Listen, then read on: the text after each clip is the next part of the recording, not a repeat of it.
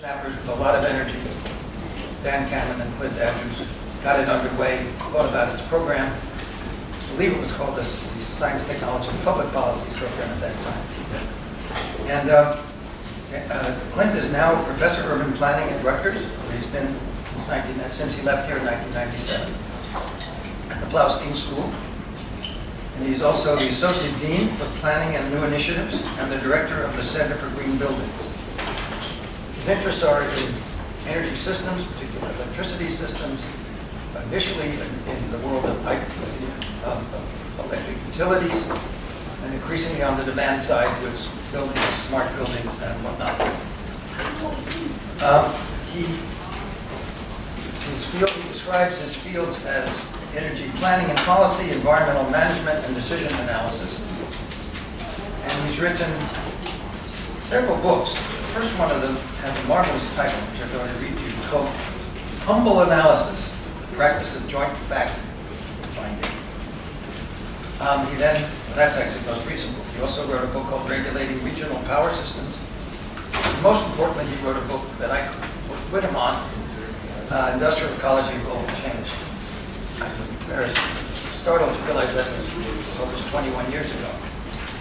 So Clint is a major figure in energy planning, and his title of his talk today is Effects of Recent Storms on Real Estate Markets.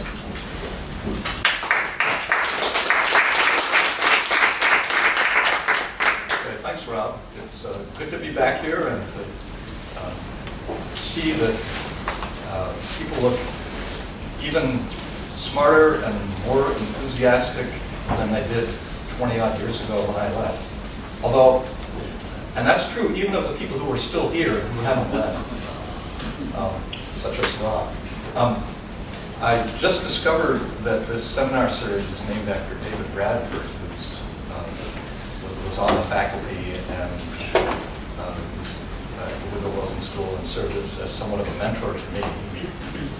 He was well known for thinking about issues of taxation, and that was one of the important hooks into the world of urban planning for me. What goes on with state and local governments and the services that we ask them to provide in contrast to what the federal government provides, and how a state like New Jersey has managed to get itself into some really terrible circumstances as a result of the taxation regimes that we've adopted. And so he was helpful for that. He was also just one of those people who is well known internationally, but just a joy to spend a few minutes with in the court.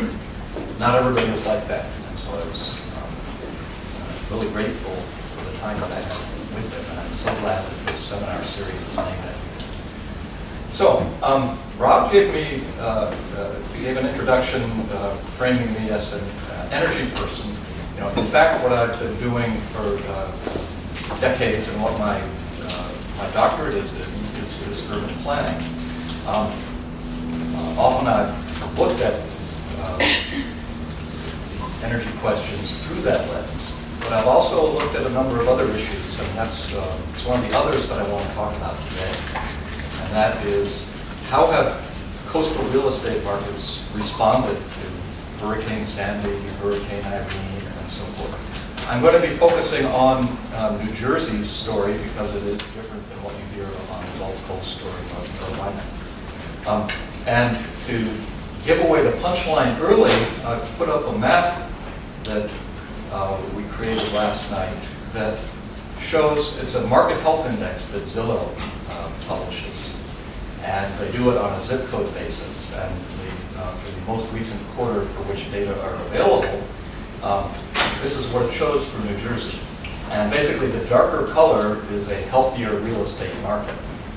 And so what you can see if you look at the New Jersey coastline is that there are vast stretches that appear to have very healthy real estate markets. There are a few pockets where things are not going so well. And so the initial impression that I want to leave you with is that the picture on the left, which happens to be the Borough of Highlands, during Hurricane Sandy, during Superstorm Sandy in 2012, almost exactly 3 years ago. We seem to have a short memory in our real estate market based on what we see on the right-hand side. So what I want to talk about today and what's driving this particular research agenda is a realization that we don't really understand so well how coastal real estate markets work, and especially how do they respond to issues of flood risk and also the associated public policies that try to manage these risks. And it leads us to a very policy-relevant question, which is how can we improve the design of public policies to avoid unintended consequences? This is, we have current funding from NSF through an interesting project on coupled climate-human systems. And we are assuming government shutdowns and all those kinds of contingencies. We expect to have a new grant starting in January, where we explicitly look at communicating about flood risks to real estate market segments in coastal New Jersey. There are already a couple of publications out in this area. One is a modeling effort, modeling real estate market responses to coastal flooding. And the second is a book chapter that thinks about the fiscal impacts. So, to give you a little bit of a flavor for all this, just as a check, how many of you were in New Jersey during Hurricane Sandy? Okay, some but not all of you. So, to help us locate ourselves, I'm going to tell the story through a few case studies in Monmouth County, New Jersey, which is where the red circles are. And zooming in, there are 3 towns that are really quite different from one another, even though they are directly adjacent. So one is Middletown, New Jersey, which is a big post-war suburb, lots of houses, bedroom community. The next is Highlands, a small borough, much of which lies in the floodplain. And the third is C-PREE on the Barrier Island, an extremely vulnerable place. Gives you a little bit of the flavor for what happened during Sandy. This is the normal picture of that area. Most of this is Highlands and then C-PREE over here, Middletown. And during a 100-year flood, it looks like that. Okay, so a place like Highlands should have experienced the worst you could experience during Sandy. A few numbers. We don't have to look at all of this in detail, but I'll just pick out a few things. C-PREE on a barrier island has a seawall. Highlands has flats, but then part of the town is on a bluff. Middletown has bayshore and riverfront vulnerabilities, but also quite a bit of upland, and it's a much larger area. In terms of land area, these 2 are less than a square mile in area, whereas Middletown is 41 square miles. In terms of population, we're talking 1,400 people in C-PREE, 5,000 in Highlands, an order of magnitude higher in Middletown.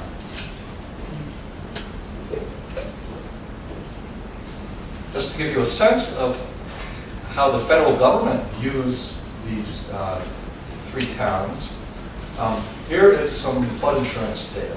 So, in terms of total flood insurance premiums paid into the National Flood Insurance Program from its inception in 1978 through 2012, sort of right up to the date of Hurricane Sandy. Let's go backwards. Yeah. Okay. C-PREE paid a little over $1 million in insurance premiums. Highlands $1.4 million. Middletown $2 million. In terms of claims payments prior to Hurricane Sandy, C-PREE got back $15 million. Highlands $10 million. Middletown $6 million. So if you think of a ratio of payments to premiums prior to Hurricane Sandy, Seabright had a 13-to-1 ratio, Highlands a 7.5-to-1 ratio, Middletown just under 3. So flood insurance was a really good deal for Seabright and Highlands and Middletown. Part of this is in terms of repetitive loss properties that were flooded over and over again and got to receive payments each time. If you then add in post-Sandy claims payments, you see it jumps in an order of magnitude or more.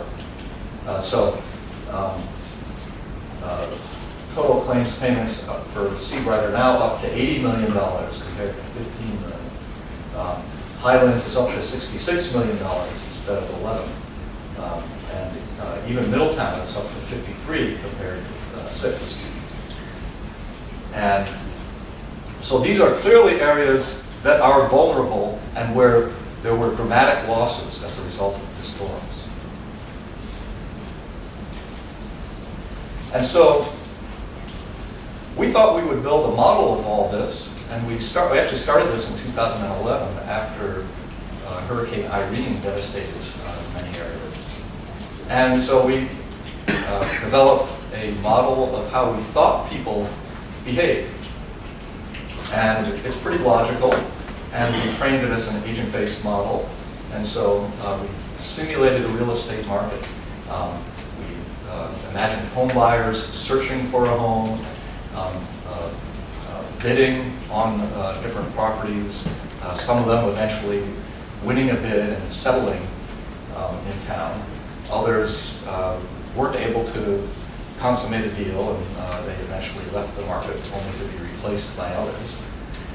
Current residents had to decide whether to buy flood insurance, determine whether they could pay the monthly mortgage, decide whether to sell their home and whether it was going to be for a profit or not. And then we would hit this with random flood events and force the homeowners to decide, can we still afford to live there, especially if we have to rebuild or make things up. And out of that, we forced all of our agents through quite a reasonable type of calculation. What's the probability of a particular level of flooding that happens each year? What are the damages to structures that are associated with each level of flooding? And what is a damage loss curve that turns this all into dollars? And so we had so we were using a simulation model that let us analyze this on essentially a parcel by parcel basis. And we were getting useful dynamics out of it. And so waterfront areas were settled first and suffered damage early. And we saw after flood events that home values would drop and then rise. And so then we applied a set of policy scenarios to this. I'm going through this quickly because what I'm suggesting is our rational actor model doesn't explain things well enough. But we nonetheless went through systematic policy analysis. Let's think of different types of arrangements for national flood insurance and for the way FEMA compensates victims. And these range from, let's assume that homeowners have perfect foresight and they know when the damages are coming. Let's then contrast that with restricting flood insurance if you if you decide to build in a flood zone, and then a variety of other similar policies that make minor adjustments. And out of that, we got plausible numbers, in the sense that if you look at the percent of foreclosed houses over a 20-year period, those who had foresight and read the FEMA flood maps had lower foreclosure rates than those who didn't. So it makes intuitive sense. And if you look at policy alternatives, two different policies, you can see different results. And if you look at two different market conditions, you can see different results, and they more or less make sense. And this model, which was crude in the sense of its geography, sort of a two-dimensional type of geography, nonetheless provided useful insights, got published. It was picked up by folks at Oxford and TU Delft, who used it as a basis for a model of flood insurance in the United Kingdom, where they may remember they had terrible flooding a couple of years ago. And now we have the model back, and we are continuing to develop it. And each iteration, it's one of the nice things about the open source world is that you can make these kinds of advances in a distributed way. Anyway, so all this is letting us advance our thinking about how people act. But it's worth asking, how do they actually act? And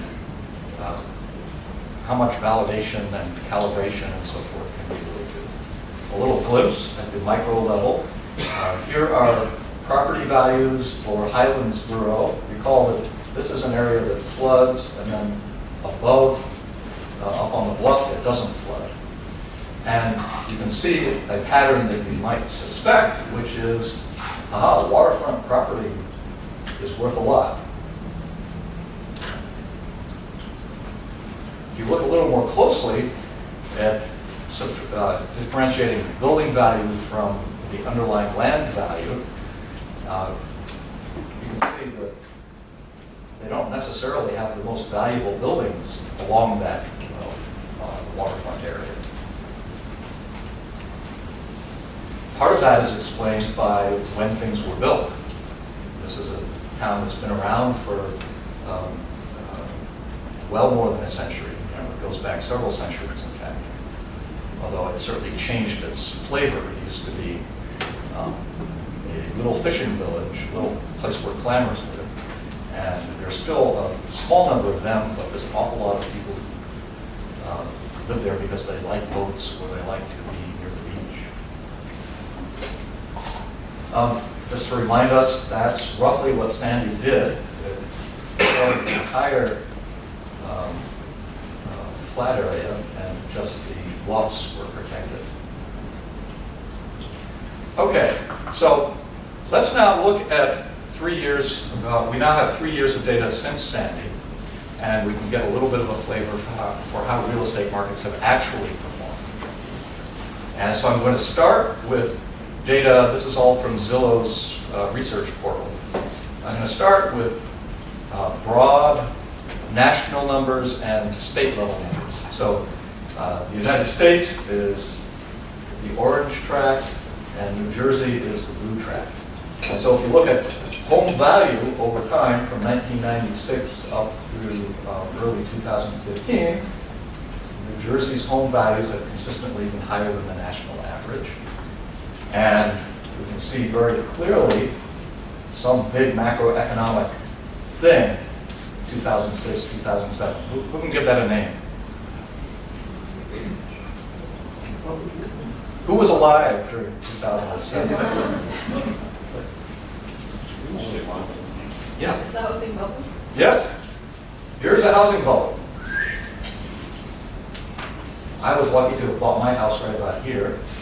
Rob is even luckier because he bought his house about here.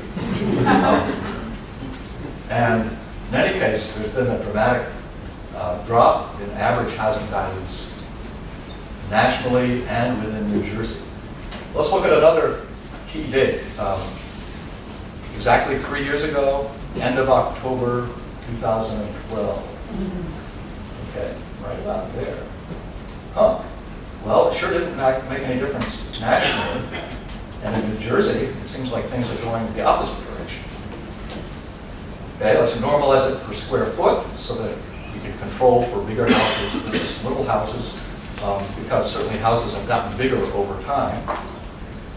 Well, the pattern doesn't really look any different. Let's go through a few other metrics. Listing price. Okay, New Jersey has been slowly declining, although there are periodic resets. So this is a smaller time range. This is 2008 to 2015.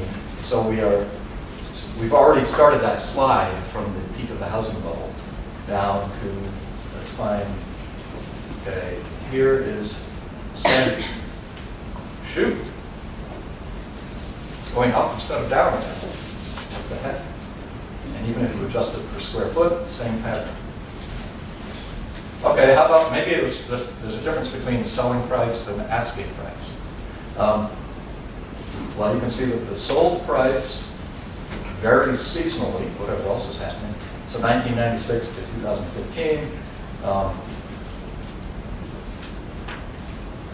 Here's Hurricane Sandy, and there's no difference for New Jersey. Well, maybe it's because people have decided to rent out houses instead of buying and sell houses.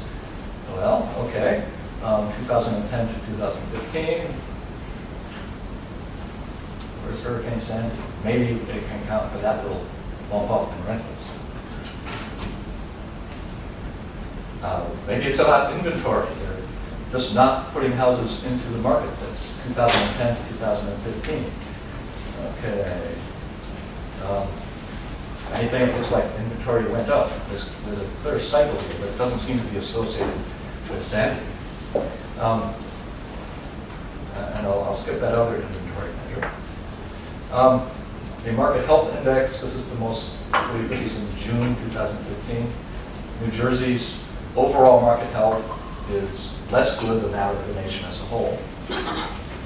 One more metric, price to rent ratio, where basically how does 12 months of rent over a short time horizon relate to the price of a house? And it's been pretty steady for the last 4 years. Sales price to list. Okay, let's just look at this one, turnover. 1998 through 2015. And the housing bubble is quite visible. Let's see if we can pick up anything on Hurricane Sandy. It's right about there. You really have to squint to see any effect. Okay, maybe foreclosure rates have jumped up, and that's been the way that the market has coped. Okay, 1998 to 2015. The U.S. was much higher than New Jersey in terms of homes sold into foreclosure. If we look at 2012, well, okay, there was a little bit of a spike here. Aha. Finally, we see some evidence of a hurricane. Negative equity, it's actually been going down. The extent of negative equity. Okay, if we zoom into New Jersey's coastal counties and repeat this whole exercise, I won't draw it out quite as much. We'll see for Monmouth County, this is 1996 to 2015. We see the housing bubble quite clearly, and we don't see evidence in Monmouth County of a Sandy effect. It's hard to spot one in Cape May County. It's hard to spot one in Ocean County. There's something going on in Atlantic County, but it may not actually be Sandy. It may be Atlantic City falling apart. Let's jump to our inventory measure and look across these counties. This is 2010 to 2015. And so let's see, Sandy is right about there. Okay, does look like there has been somewhat of a rise in inventory for Ocean County, slight rise for Monmouth. Atlantic, also a slight rise, and really no difference for Cape May. So maybe there's a little bit of a Sandy effect visible at the county level. Homes sold into foreclosure. This is 1998 to 2015. So the housing bubble definitely had an effect on Atlantic County and Ocean counties, less of a visible effect for Monmouth and Cape May. If we look at the hurricane, we start to see some signal that it seems to be visible in all of the counties. Okay, so maybe that is the coping mechanism. And I'll skip these others. Now I want to zoom in even further and look at these Monmouth County case study towns and see what we can see. Okay, it looks like the housing bubble, this is 1996 to 2015, the housing bubble is visible, and it appears that C-PREE, the little town on the barrier island, suffered just a little bit from the housing bubble, and 2012, it looks like home values actually spiked temporarily before coming down after the hurricane. Middletown, which is the large town that isn't too vulnerable, also suffered from the housing bubble, and we really don't see much of a Sandy effect. The same with Atlantic Highlands, which is a coastal but not too exposed. And Highlands, there is no evidence of an effect in terms of housing value. Let's look at the inventory measure. Basically, it's been plodding along for Atlantic Highlands and Highlands and C-PREE. These are all relatively small communities. 2010 to 2015, so here's the hurricane, and there definitely was a short dip, but nothing as dramatic as the pictures would suggest, the pictures of the news coverage. Turnover, will that help us? The housing bubble, and then the hurricane, oops, right about there. Okay. C-PREE turnover has been steady. It dipped about a year later after the hurricane. For Highlands, it was slow, and it actually started to increase. Middletown, it's increased a little bit. If we look at the market health index for the four towns recently, Highlands, the most vulnerable of towns, actually is looking pretty good. C-PREE is looking okay.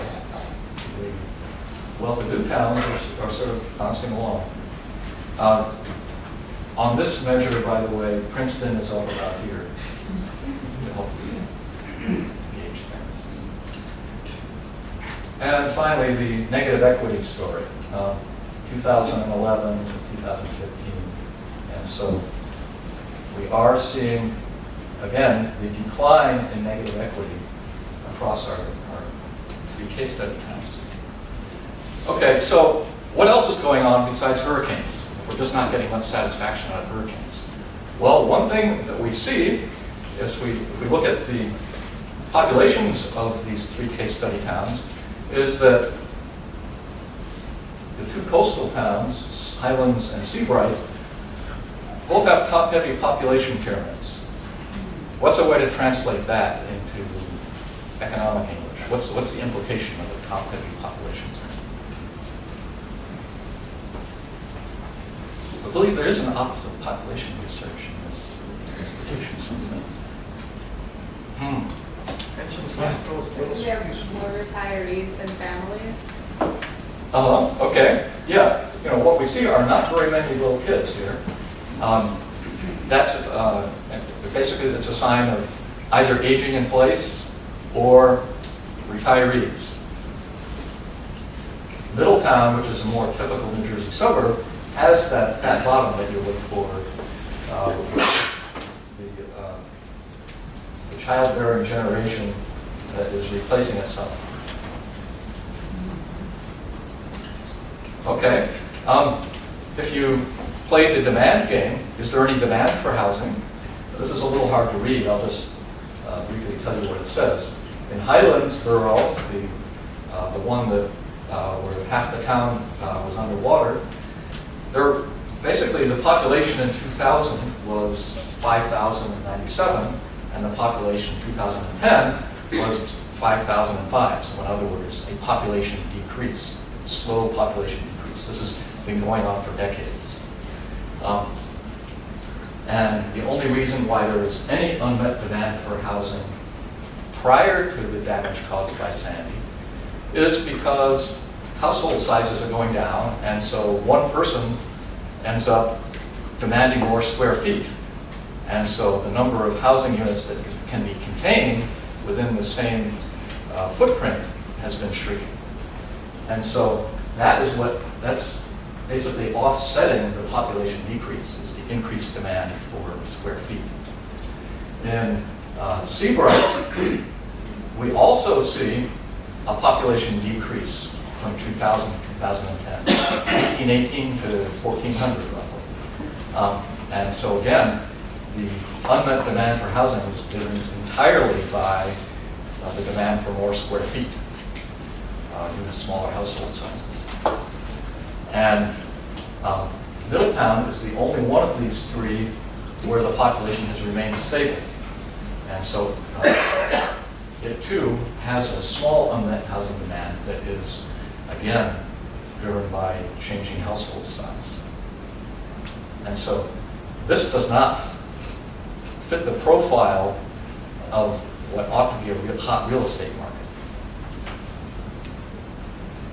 And so what our quick empirical tour suggests is that these storm events have barely registered in the market. There are lots of ways in which the local markets have been able to adapt. They've, in some cases, reduced inventory, they've slowed turnover, they've switched to rentals, or individuals have lost their homes due to foreclosure. And in fact, the housing bubble is much more noticeable at every level of analysis that we looked at. And the factors such as the aging of the population and the increased demand for space that's associated with smaller household sizes are more important than the storm. That said, we know how awful it was. And we know that people's dreams were shattered, people who chose to live near the shore. It was nice while it lasted. Well, it turns out that it lasted a while, then it was awful, and then people forgot, and now it can last another little while. Which brings me to a policy comment that I want to offer about all of this before I open it up to discussion. And that has to do with our wonderful federal system of government and the way government and markets interact. And so, we're all familiar with the federal role, the state role, and the local role, and the individual homeowners being influenced especially strongly by local government decision-making. They set your property taxes, they do the zoning, they collect the garbage, and by insurance companies under a national flood insurance program, there's a strong link between the federal government and the behavior of insurers. And in fact, a lot of subsidy moving in that direction. And before storm events, disasters, the typical stance is autonomy is the watchword. We should respect the individual homeowner's rights and their prerogatives. And the federal government should fade into the background. And maybe you can put up with some local government presence and some presence of your insurer telling you what to do, but not too much. Okay.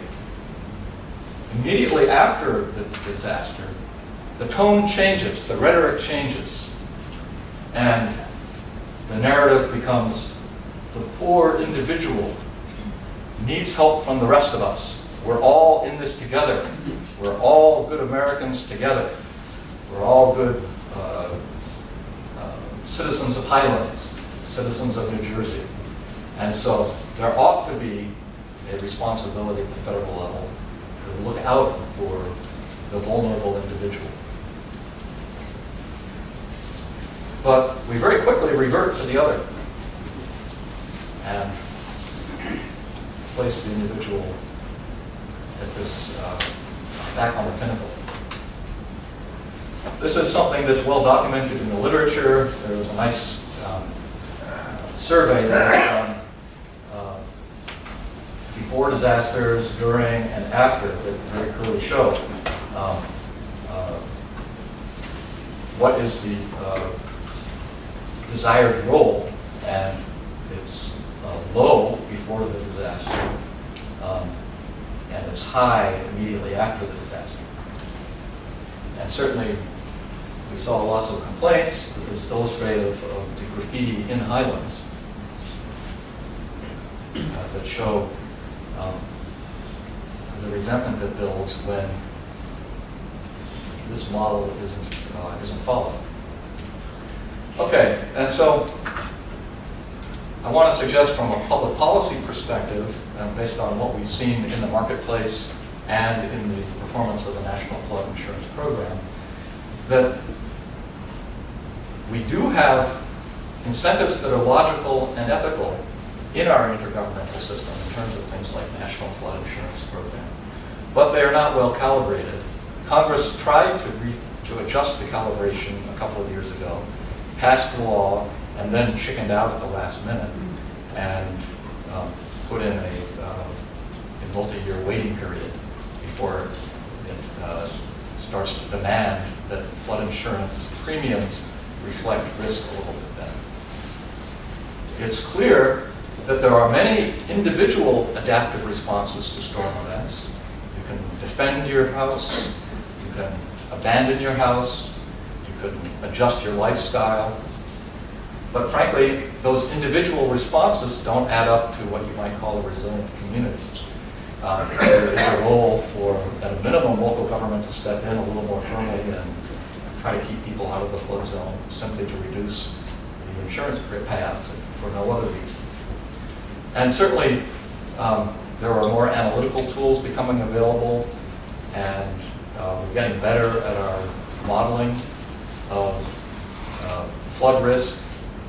But if we can't find ways to share this with the market actors, they're not really going to mean much. And so I will leave it there and see if you've got any questions. Thanks for your attention very much.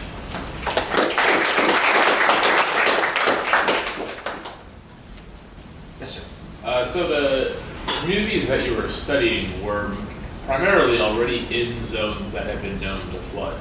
So it makes sense why some of these communities may not see a very drastic change in behavior or real estate market.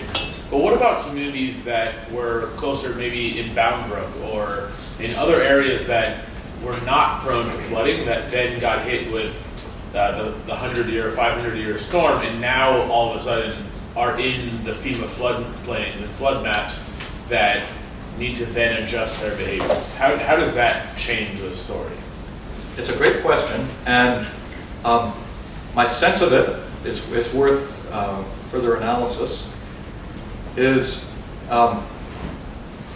that at the margin, it changes who buys and sells the houses. It doesn't really change the continued presence of houses there. And one of the special things, which I didn't say, but I'll say it now, is that the coastal New Jersey real estate market is strongly driven by the fact that we're near New York City and the incredible wealth that is that emanates from there. And what that means is that there's always somebody willing to step in and buy things. And there are often people who don't really worry about the flood insurance because that caps at $250,000 anyway, and those homes are worth $1 million. And so I think what you can see is, and this will become a question as we start dealing with sea level rise, is that we ought to see slight changes. But what I'm suggesting is that the market is going to it's not going to ignore the flood risk, but it's going to be one of many factors that drive the price of housing and the attractiveness of housing. And it's going to be a minor factor for many years to come. Yeah. Several quick comments. One, in terms of Bound Brook and places like that, what is the role of the Blue Acres program, in which the state has capacity to buy? The second is that I have spent over 60 summers in the Seabright area, having a small summer bungalow on the Navasink River. And what I've noticed since my structure, which I paid like $6,000 for, because it was literally a houseboat that had been pulled up onto an island, that it being totally destroyed, the land is now worth 5 times what the bungalow was assessed at. And I'm wondering how you fit that into your figures, that with the destruction, especially in the Highlands, you see that the prior assessed taxation was X, and the empty lot, the new assessment is going to be 5-10 times X. Mm-hmm. Yeah, it's a great comment, and personal experience really does help here. It's not always true with economics. I remember Bob Solo gave a talk here back when I was on the faculty, and one of the things he said that bothered probably almost everybody was sometimes experience is your worst guide in trying to think through how complex systems work. And he was talking about economic systems. But I think in this case, the intuition helps a huge amount. And what is special about the coast is that it was initially built either with small bungalows that you could essentially afford to lose, or it was large, ostentatious houses built by people who could afford to lose a large, ostentatious house. And a lot of the trouble we have is actually, since we put national flood insurance in place at an overly generous level, and we've now set up a moral hazard that is affecting all subsequent buyers. Let's see. There's one more point. I'll try to remember what it was when in a few minutes. But let's continue with questions. Yeah. Your chart showing the disparities in FEMA flood insurance premiums and payouts, the competitive loss was quite stark.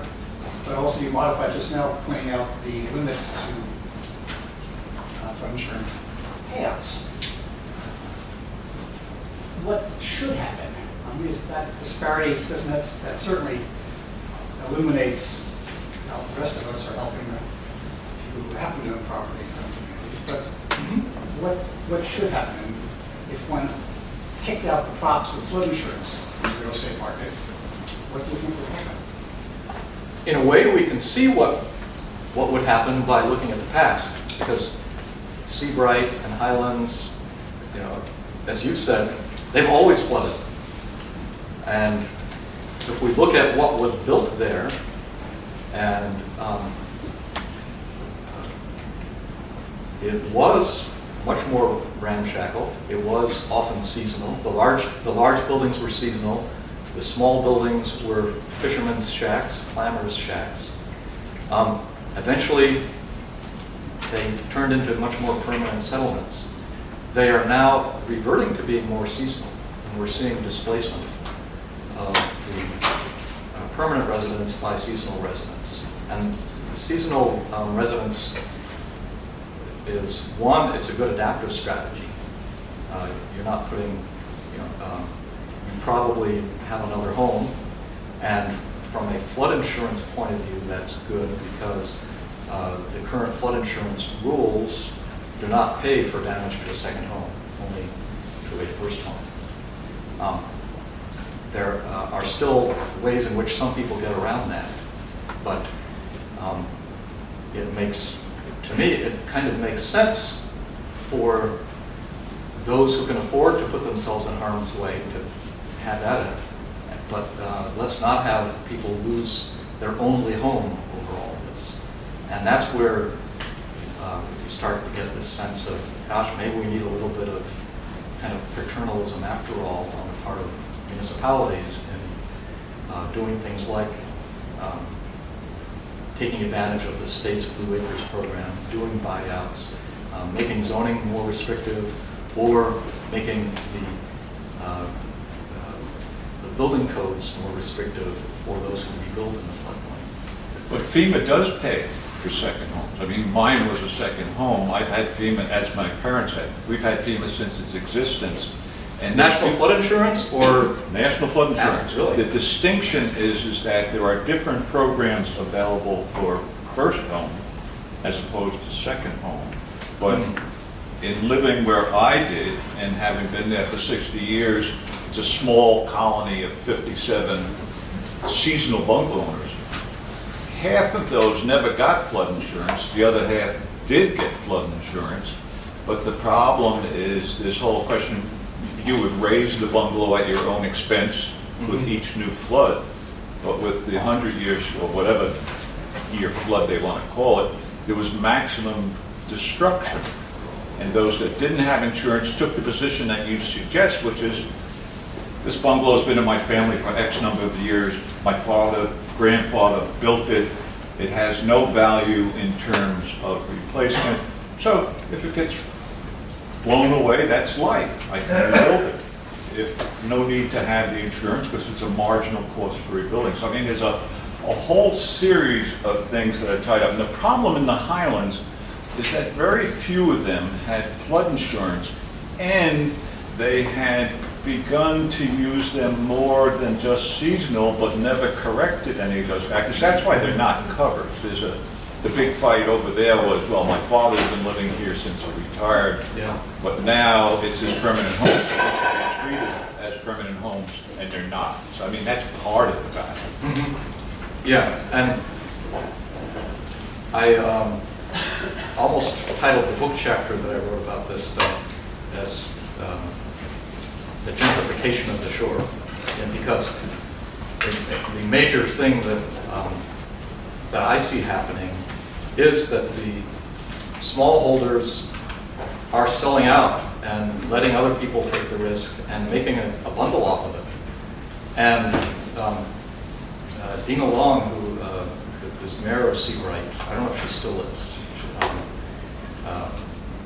I got a wonderful quote from her in early 2012, just before Sandy, where she talked about how, in response to Hurricane Irene, many people had been elevating their homes so that they could get the occupied level up above the flood zone. And she said, people are all for this requirement because it allows them to add a third story to their house and increase the value of the building on that valuable piece of property to get the building value closer to the land value. And so what we are doing is providing an incentive to build even more intensively in the worst places. a little bit more. Just, on- we should, let's see if others have comments before. Yeah. I was going to ask you, when this federal legislation finally does become law, what do you expect to see happen? New Jersey, particular communities you studied and so forth, is it likely to have more of an impact than whatever goes on in the zone? I think it will continue to drive the trend towards seasonality and gentrification. Because there, one thing you probably could sort of detect in the Zillow numbers is that foreclosures are slowly on the rise, and the people who have been holding out and trying to just keep that property for another year in the hope that things are going to turn around will finally realize that it's not going to be them who rebuilds. And so, because basically the insurance premiums will go up quite dramatically in those areas. And so that turns it into, from an efficiency question, into an equity question. Yeah. I just wanted to make a comment. There's a company called Coastal Risk Consulting. I'm not sure if anybody's familiar with Adaptability, and they have a lot of scientists and some very sophisticated modeling. And what they're able to do is center on a piece of property for a community, whether it's a community, municipality, or a business or private landholder, and actually do a risk assessment vis-a-vis their sophisticated modeling on what you can expect in the next 5 years, 10 years, 50, 100 years on the property that you have, so that you can prepare your buildings for it. And they created a whole program for which you should be able to follow. It's really fascinating. I think they're way ahead of the curve in terms of helping communities and people prepare for this should they want to stay. Yeah, they're an example. There's a whole burgeoning industry in providing this expert advice to market actors, and what I see happening is that those who are investing a lot of money or who are inclined to take technical advice, the type of people who hire consultants on a regular basis, are buying those services, and a lot of the people who have a little bungalow on the shore are not, and probably never will. And this is why our next grant is focusing on this communication point, because we see a gap there. The municipalities or the communities themselves would do this sort of thing, then the little bungalow holder who didn't have much money would be able to at least assess what their risk is a little bit better vis-a-vis what the community's risk is. Yeah, certainly. Although, I'd say, Bob, for example, has done a lot of work on trying to explain what those risks are, and they are, at this point, it's not too much of a surprise. One last question. What's happening to some characteristics of the insurance that's being sold? That is, for example, are insurance companies decreasing the term in which they're willing to take a risk? So if you buy a property, you're not sure if your insurance could be renewed 2 years down the road, 1 year. Just what's happening is that would be, if I was an insurance company, that'd be an easy way to sort of limit my risk and set a premium. I'm only taking a risk for a year. I may change my mind next year. But that makes it much more difficult to sell a home if that's the case. Yeah. But I don't know what's happening. I'm just speculating on this. My sense of it, and if you've been playing in this market, I welcome your comment afterwards, is that basically private insurers just do not want to play in this market at all. The only reason they are there is because of the National Flood Insurance Program, and they essentially operate as a pass-through type of agent. And so as the risk to reward ratio changes at the federal level, that's what will drive the behavior of the insurance companies. In a way, it's the banks that are playing that filtering role more strongly. And although I know we went through the process of qualifying for a mortgage in the town of Highlands recently, and they basically all they asked for was the confirmation, are you in the 100-year floodplain or not? They didn't care about any of these subtle distinctions, the 500-year floodplain or anything like that. So, does that reflect your experience? Well, But I think in answer to what the- that be, time, it's 1 o'clock, so. Okay. Okay. So thank our speaker one more time.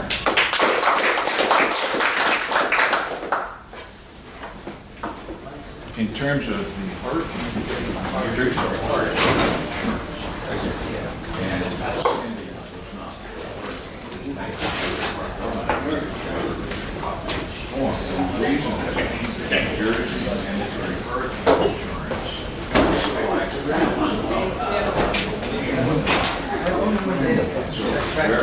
so if you had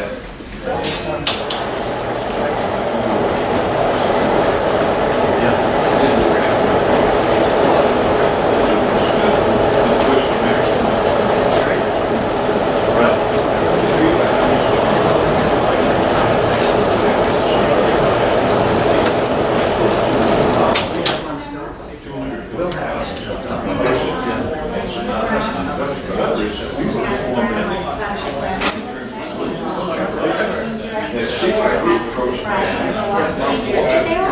Main Street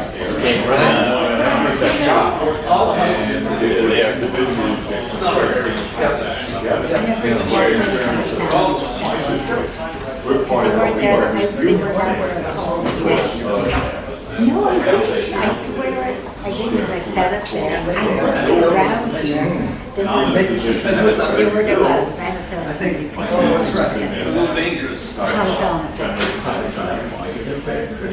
No, they're, my $10 glasses. Doesn't matter whether they're prescription or not, if you can't see it. And it's all emotional. It has nothing to do with straight economics. It's all emotions. So No, there's I mean, no the ocean has a strong pull. There's no rational players. Yeah, that was why we felt like we needed to go beyond the modeling and just find out what people were doing. I think that it's all